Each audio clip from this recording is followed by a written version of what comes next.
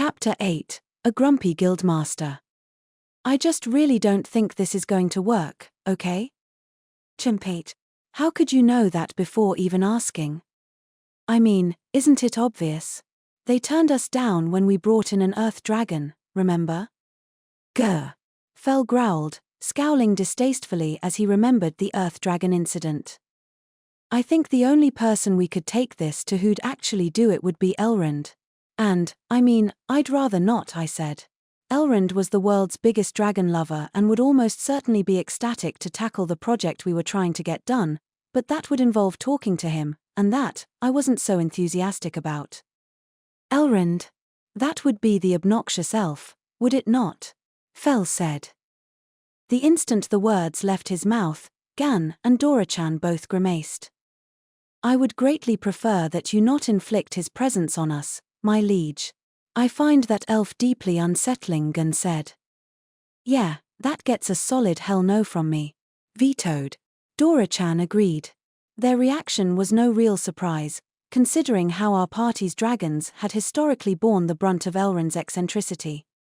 Well, if Elrond's not an option, then I think it's gonna have to sit in my item box for the time being, I said. We were talking telepathically as we strolled through the city streets. We'd made it back to Coralina the day before, just barely getting into town before the gates closed for the evening thanks to Gun's remarkable mobility. We were exhausted from the trip, well, I was, anyway, so I decided to simply tell everyone at home we were back, feed the gluttonous quartet their dinner, take a bath, and then go straight to bed, in an actual bed. It felt like heaven after so many days on the road, and I was out like a light within seconds of lying down. I fed my familiars breakfast and spent some time taking it easy the next morning, then decided to pay a visit to the local Adventurers Guild. I was supposed to let them know I was back, technically, but it wasn't like it was a huge priority in my mind, and I briefly considered waiting until the afternoon, but then my familiars started kicking up a fuss about the Leviathan, and I got hassled into heading over there right away. That's how we'd ended up on the subject of whether the guild would be able to process the dungeon's boss in the first place. Are you saying, my liege, that we will be unable to eat the Leviathan? Gun asked. Not until we can get it butchered, anyway, I replied. Are you kidding me? I was so hyped to try that thing. Dora-chan groaned. Sway really wanted to eat the Leviathan too. Sway whined. I know, but what am I supposed to do about it? I said. Well, you should inquire about the matter, to start. Perhaps they will be capable of fulfilling our needs after all. I mean, I'll talk to them, sure. Just don't get your hopes up. It wasn't long before we arrived at the now very familiar Coralina Adventurers Guild. I stepped inside, my familiars following right behind me. Well, you're finally here. And was immediately greeted by Willem the Guildmaster, who was standing in wait right by the entrance, arms crossed and stance as imposing as could be. Che, what's wrong? I asked. As if you don't know. Follow me, the Guildmaster shouted, a vein bulging conspicuously in his forehead. I caved under the pressure instantly and followed along in silence as he led me to the good old guild warehouse, where Johann was hard at work. What the hell have you done this time? Willem bellowed the moment we stepped inside. I stammered. There were, unfortunately, any number of things he could have been talking about. You said you were going to Ronkainen, didn't you? Willem continued. Eep. Well, yeah, I said. I mean, I did go to Ronkainen too. That definitely happened. Well then, care to explain the dozens of reports I've received about a black dragon flying off toward the Holy Kingdom of Rubenorf? Well, I did say I'd be going to Ronkainen plus a few other places. Do you know how many towns were thrown into a panic because of that? I've had a mountain of complaints and inquiries to deal with. Oh, okay, that's my bad. Oh, and then there was the bit where a Fenrir and an ancient dragon just happened to level the church of Rubenorf's main temple, Willem added. Oh, really? I said as a puddle of cold sweat began to form beneath me. Yes, really, and we both know damn well that was you. Who else would be running around raising hell with a Fenrir and an ancient dragon? Bit of a giveaway, wouldn't you say? Hey, wait a minute. I was there too. Yeah. And Sway helped. Dora-chan, Sway, I know that the guildmaster can't hear you, but please be quiet anyway, okay?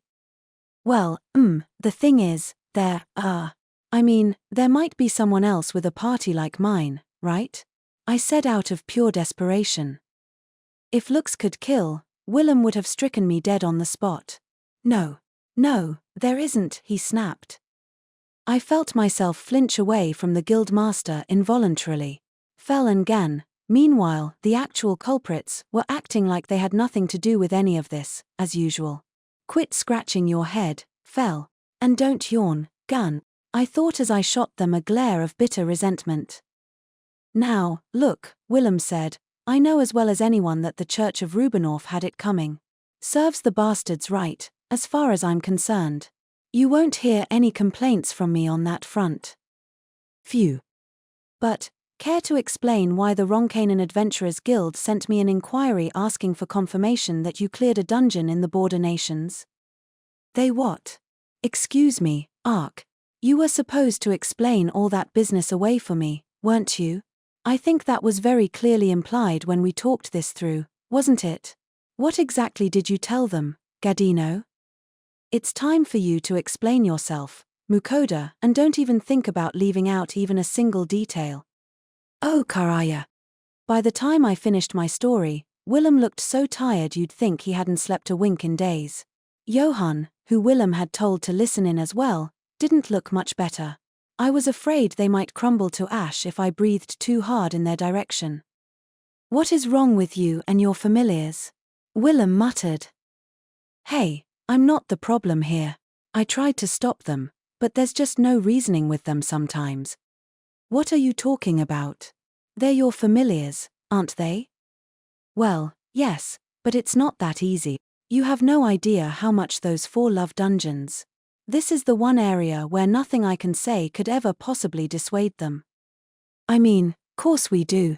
Dungeons rule. They're so much fun. Yap. Pretty clear that if Dora-chan and Sway get their way, we'll be going into even more of them from now on. What issue could there be with us exploring dungeons? I do not believe we have caused you harm in doing so, Fel said. Indeed. Far from it, in fact. You will profit greatly from the materials we bring to you, will you not? Gun spoke up as well. That's not, well, I suppose that is true, yes, Willem admitted. It's just that when you pull stunts like this, it stirs the pot in all sorts of ways that are hard to follow up on. I could certainly imagine that it was hard for the guild to clean up after our exploits, but I also couldn't see myself managing to curb my familiar's dungeon obsession anytime soon. In fact, I'd say I'm the one who has the hardest time because of it. Oh, speaking of, are you interested in buying the drops we got this time? I asked. That depends on what you found. Let's have a look, Willem said. Sure. One sec. I hadn't had time to sort through all of my acquisitions yet, so for the time being I just pulled everything out in the order we'd obtained it, minus the meat, of course. I also omitted the potentially dangerous stuff like the Charybdis's treasure chest, on account of the tiara it contained that featured way too many pearls for a world where pearls were way too valuable, the Philosopher's Stone, and the bident. The first items to come out were a ton of red-tailed caiman skins and fangs. The Emperor Dorado's magic stone came next, as well as the golden scales, emerald, and ruby we'd found in the treasure chest it dropped. Then I brought out the green hunter anaconda skin, a bunch of killer termite mandibles, the white opals I'd found in the killer termite's nest, a ton of big bite turtle and giant bite turtle shells, and finally the pelts and magic stones from the assassin jaguars, plus a bunch of other random assorted knickknacks I'd snagged along the way. All right, that's everything from the first floor, I said. From the first floor? Willem and Johan, who'd finally recovered enough from his shock to rejoin the conversation, exclaimed in unison. You mean this isn't even all of it? Willem muttered. He seemed downright dazed, and Johan's jaw was hanging wide open. This is about half of it all, yeah. Oh, there was a bunch of meat too, But we'll be eating all of that ourselves, I explained. Also, technically speaking, the loot I had shown them so far was half of what we'd picked up only in terms of quantity, not volume. We'd gotten a lot of big drops on the second floor, after all. Okay, I'll bring out the rest of it now. The first of the second floor drops I brought out was a cetus skin. Just thinking about how creepy those things had been made me want to never touch their skins ever again, but there wasn't much of a way around that. The other major drops I presented were the teeth and gargantuan magic stone from the Charybdis, the teeth and reasonably huge magic stone from the giant shark, the gem-studded mithril short sword and 10 diamonds that my familiars had obtained from a chest in that one cave, and a bunch of shark and sea serpent skins, plus some sea serpent fangs. Enough, Willem said. Heh, I grunted. I said that's enough. Are you trying to bury our whole storehouse in monster drops? No, but I mean you're the one who asked me to show them to you, weren't you? I was assuming you'd have common sense about it. There are limits to this sort of thing. But I still have so much more stuff, I muttered. I hadn't even gotten to the Kraken and Aspidocolone's magic stones, or the murderous sea turtle's shells, and that was only the start of it. Well, there's no point bringing any of it out, because we can't buy it all. I'm half convinced you're trying to bankrupt this guild, Willem grumbled. That really wasn't my intention, for the record. I just didn't have any need for the drops and would have been happy to have them taken off my hands. As for the ones we actually want. In the end, Willem agreed to buy the red-tailed caiman skins and fangs, the Emperor Dorado's magic stone, the killer termite mandibles, the big bite turtle and giant bite turtle shells, the cetus skins, the giant shark teeth, the shark skins, and 1/3 of the sea serpent fangs and skins. In Willem's words, I don't know if this is your influence at work or if it's just a coincidence, but ever since you showed up, we've had a lot of up-and-coming adventurers climbing the ranks in our guild all of a sudden. That's meant a steep rise in demand for materials to make weapons and armor out of, apparently. All right. It'll take about 3 days for us to get the funds prepared for the purchase, he told me when we were finally done. Understood. I'll be back in 3 days to pick that up, then, I said. I figured that would be the end of our exchange with the guildmaster, but before I could say my goodbyes, Fell nudged me. What? Are you not going to ask him about that? About what? About the Leviathan. Surely you have not forgotten? Oh, right. So, I began, turning back around to face Willem and Johan, who I found petrified, the looks on their faces as strained as I'd ever seen them. Why you aren't about to ask if you can sell a Leviathan corpse? Surely, Willem said, beating me to the punch. No, I sort of figured that wasn't happening, I admitted. No, I'm after something slightly different. What are you looking at me for? Johan yelped. No, I can't butcher a Leviathan. You'd have to be crazy to think I could. Yeah, figures. You heard the man, guys. No can do, I said to the gluttonous quartet, much to their dismay. But Leviathans are such delicacies. How could we accept not getting to eat it? You were going to eat it? Willem and Johan shouted, once again in perfect sync. Well, they're supposed to taste really good. Fell and Gun have been insisting on it, anyway, I explained. The 2 guild employees both sighed. Anyway, Willem said, this would definitely be the right time for you to send some sort of gift to the king, don't you think? Willem explained to me that the odds were extremely high that the Holy Kingdom of Rubenorf would lodge a formal complaint with the Kingdom of Leonhot over the destruction of their temple. The chances of the king taking them seriously were minuscule, considering his low opinion of the church, but it would certainly prove to be a major hassle for him. As such, now would be the perfect time for me to hedge my bets and send a gift in advance. I guess that does make a lot of sense, actually. Hopefully he'll interpret me sending him a gift now as a thank you for dealing with the fallout of that whole affair. When you put it that way, this really does feel like a good moment for it. Can you take care of delivering something for me? I asked. Well, I'll go if you want me to, Willem said, but if your goal's to smooth things over, don't you think that getting an audience with the king yourself for once would be the better way to do it? Seriously. I really don't want to meet with any bigwigs. Think about it this way. Would you prefer to get a message like this from a third party, or hear it straight from the horse's mouth?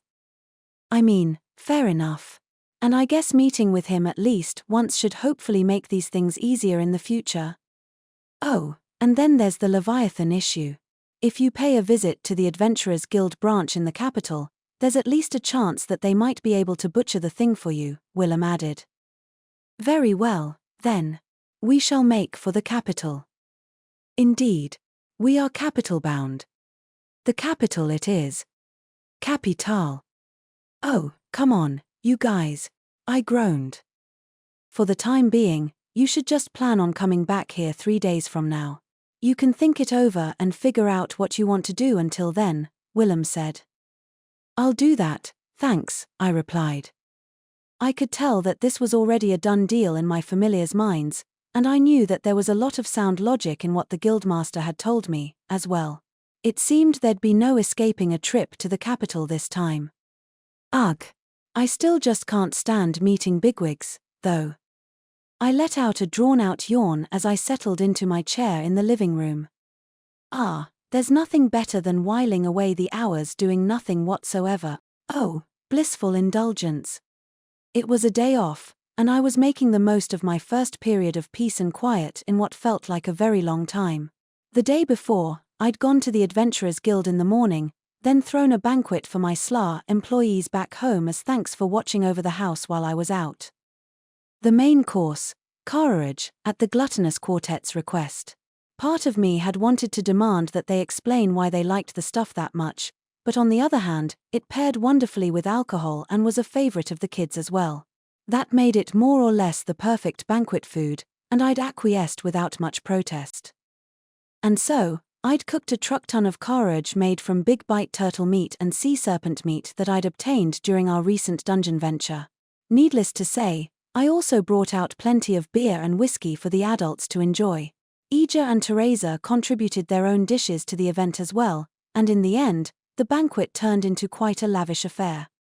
Of course, when everyone learned that the carrage was made from a turtle monster, they got a little freaked out, but they came around quickly enough after giving it a try and realizing just how umami-rich the meat really was.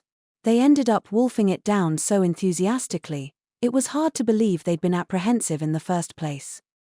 Sea serpent, on the other hand, was apparently well known for being a top-class delicacy. The former adventurers kicked up a fuss about how absurd it was to serve something like that to slaves, but I countered by explaining that I had more of the stuff than I knew what to do with, and they eventually gave up and ate, though not without throwing in a few sighs and comments along the lines of only you, Mukouda. Come on, guys, rude. I know perfectly well when something crosses the line into inedible territory, I just don't bring that stuff out in the first place.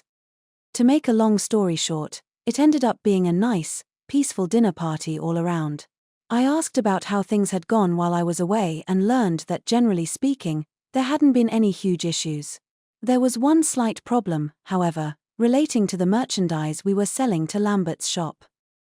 The stock that I'd left behind had proved to be sufficient, it seemed, but my workers had found themselves short on hands when it came to actually transporting that stock to Lambert's store. They'd had to dedicate so much time to it that their work around the house had started to fall behind, but in the end, Costi had made contact with Lambert and negotiated a deal that got them the help they needed. Nice work, Costi. That small hiccup aside, everything seemed to be going swimmingly, and the banquet drew to a close without incident, though apparently, a few of the adults actually stayed up well into the night after I made my exit, drinking the hours away and having a ball. I yawned once more as I thought through everything I'd learned. Maybe I really do need some more employees around after all. I'd asked Bruno, the construction worker who'd helped expand my bathroom, to look into building more houses on my property for that purpose. The one problem was that his schedule was packed, and it would be a little while longer before construction could begin. I guess I can't exactly bring in anyone new if I don't have somewhere for them to live, so I'll have to put that idea on hold for the time being. As for today, I think I'll go pay Lambert a visit. Chem, you will be going to his store, then? I shall accompany you, Fell said. Then I'll come along as well, my liege. I've nothing better to do, after all, Gun said. I'm in too, then, Dora-chan piped up. Sway'll go too, Sway squealed. All four of them seemed eager as could be to come along, and I could tell from the look in their eyes that they were up to something. Let me guess, you're hoping to talk me into stopping by the food stalls on the way, aren't you? I probed. Fel, Gan, and Dora-chan all looked away guiltily, though Sway at least responded with an honest Sway'll eat tons of food and a happy bounce. I heaved a sigh, but honestly, it was nothing new at this point and I got over it pretty quickly.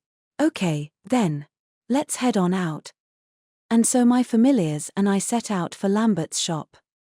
Luckily enough, when I arrived at Lambert's place, he and his wife Marie just happened to be standing outside and were quick to greet us. My, Mr. Mukouda, you've finally returned. Please, come in, Marie said with a broad smile as she ushered me inside, and by ushered I mean pushed, and with surprising strength at that. I was so bewildered that I just went along with it, much to Lambert's amusement, and I soon found myself in the back of the shop.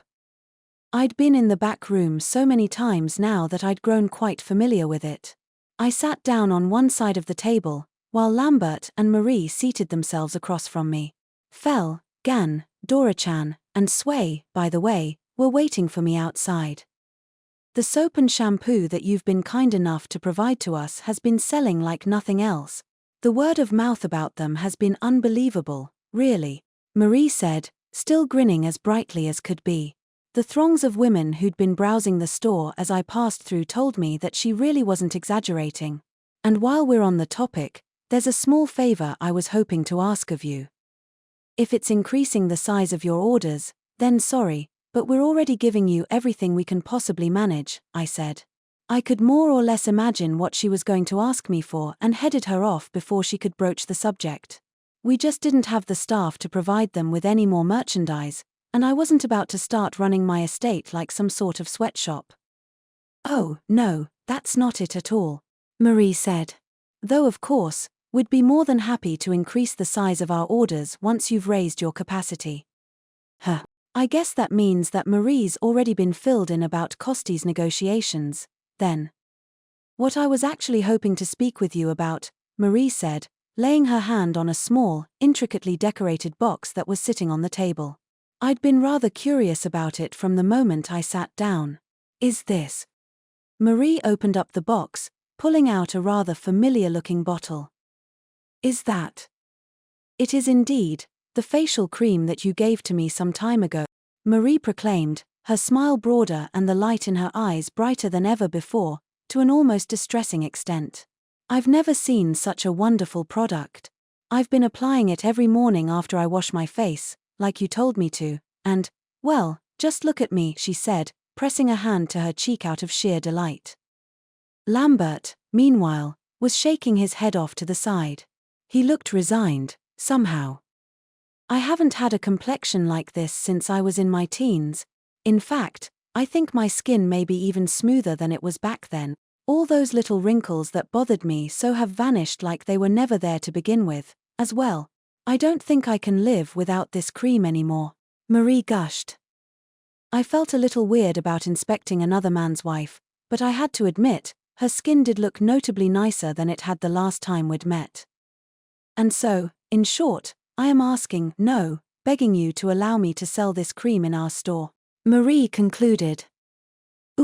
Emery, I hope you know how much pressure the look you're giving me right now is exuding. It's telling me that you're not going to let this chance slip past you, come hell or high water. Please consider that a request from me as well, Mukouda, Lambert said, looking more than a little dejected. You wouldn't believe how many merchants' wives have come asking for Marie's secret after seeing her skin lately. And it seems that the nobles have been catching word of it, as well. The Earl's wife and daughter have been particularly zealous about probing for information. I got the feeling that when he said probing for information, he meant something a little more aggressive than what I'd usually assume. I certainly understood where he was coming from on that front. I wouldn't mind selling the stuff to them, but we're already doing as much as we can, and I can't dump more work on everyone out of the blue. Then again, I have a feeling that Marie's not going to take no for an answer. Let's start things out by selling them a really limited quantity and see how it goes from there.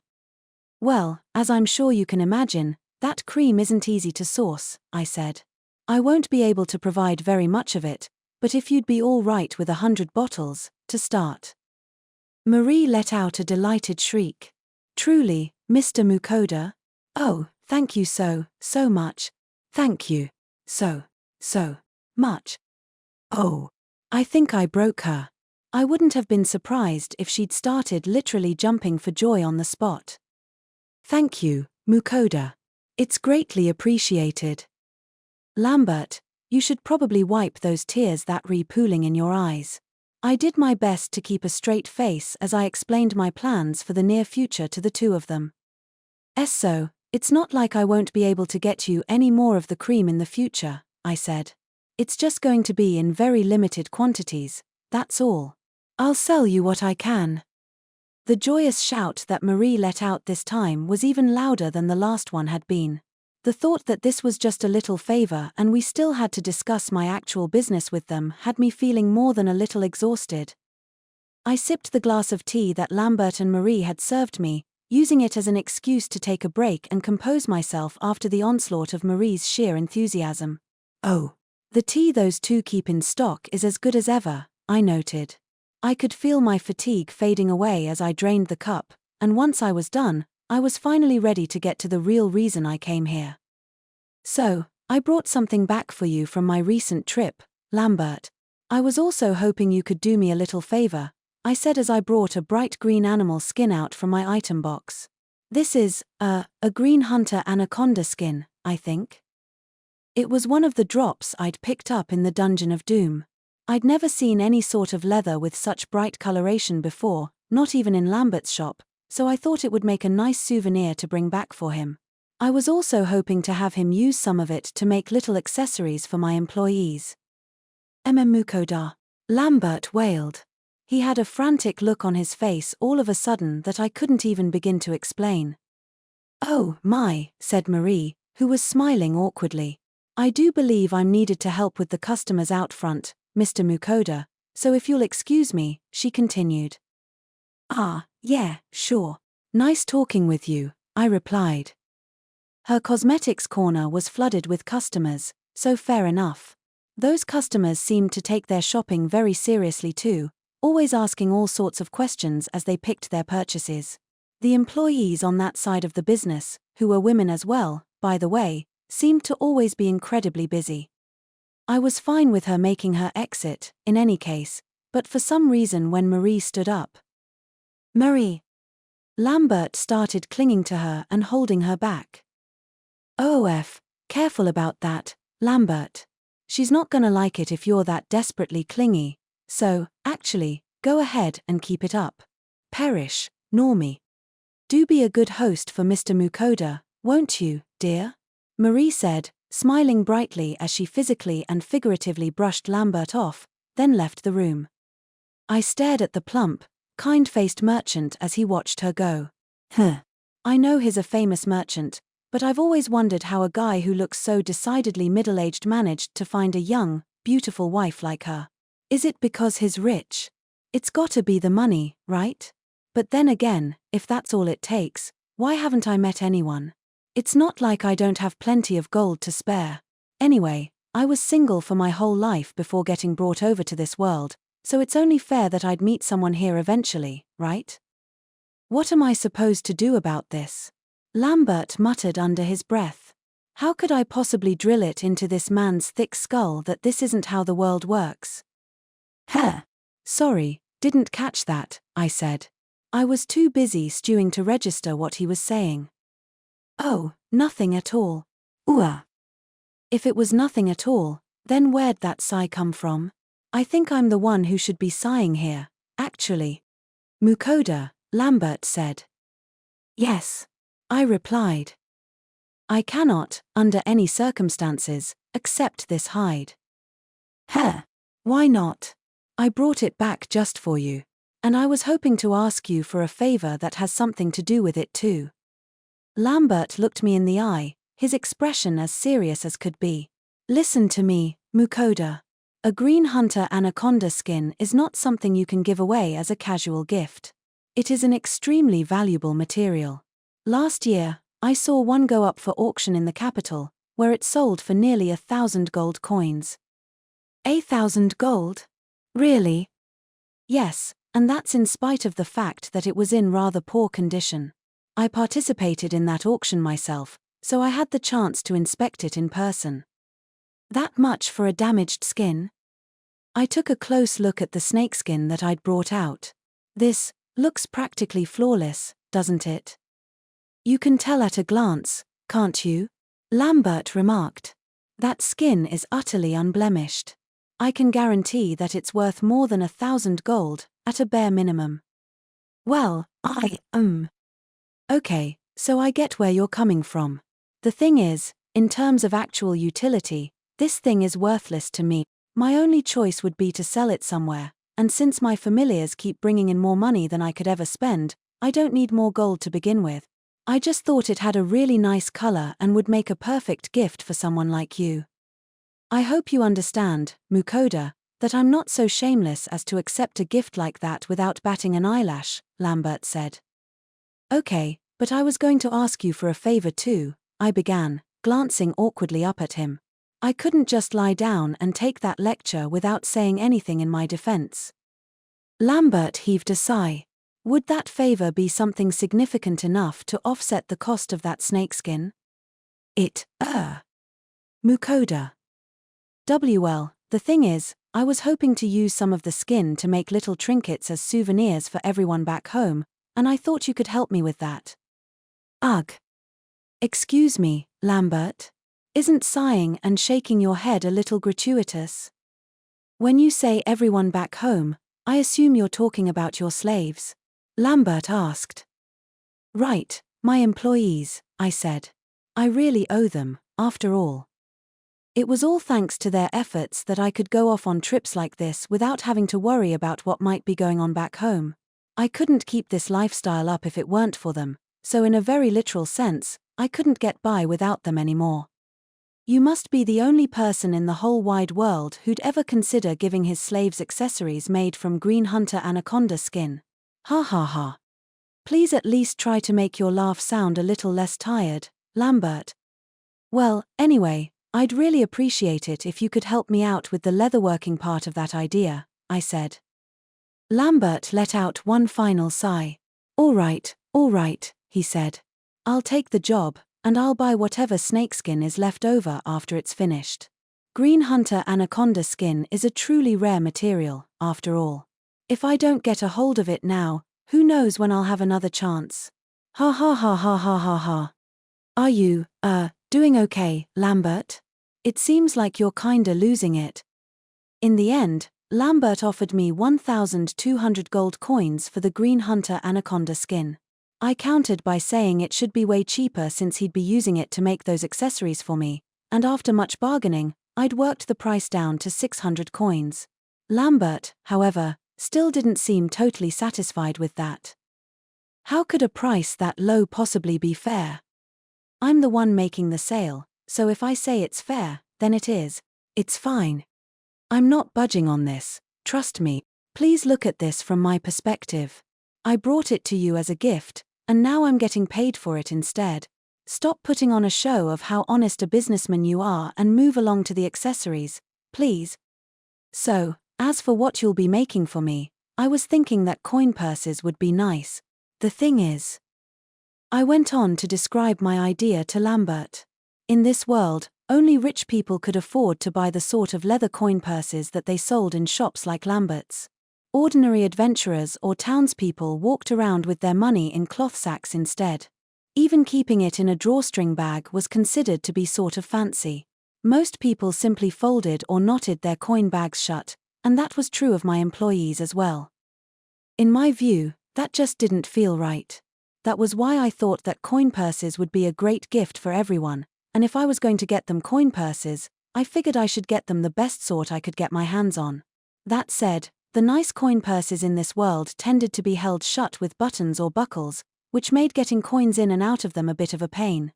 I knew I'd probably get used to it quickly enough if I tried, But I'd actually bought one for myself from Lambert before and ended up barely ever using it because it was such a hassle. But then I'd had a thought, wouldn't those coin purses with metal clasps that snapped shut be perfect for this world's coinage? All it took was a quick little click to open and close them, and I couldn't think of any modern purse or wallet styles that would be more well suited to carrying coins.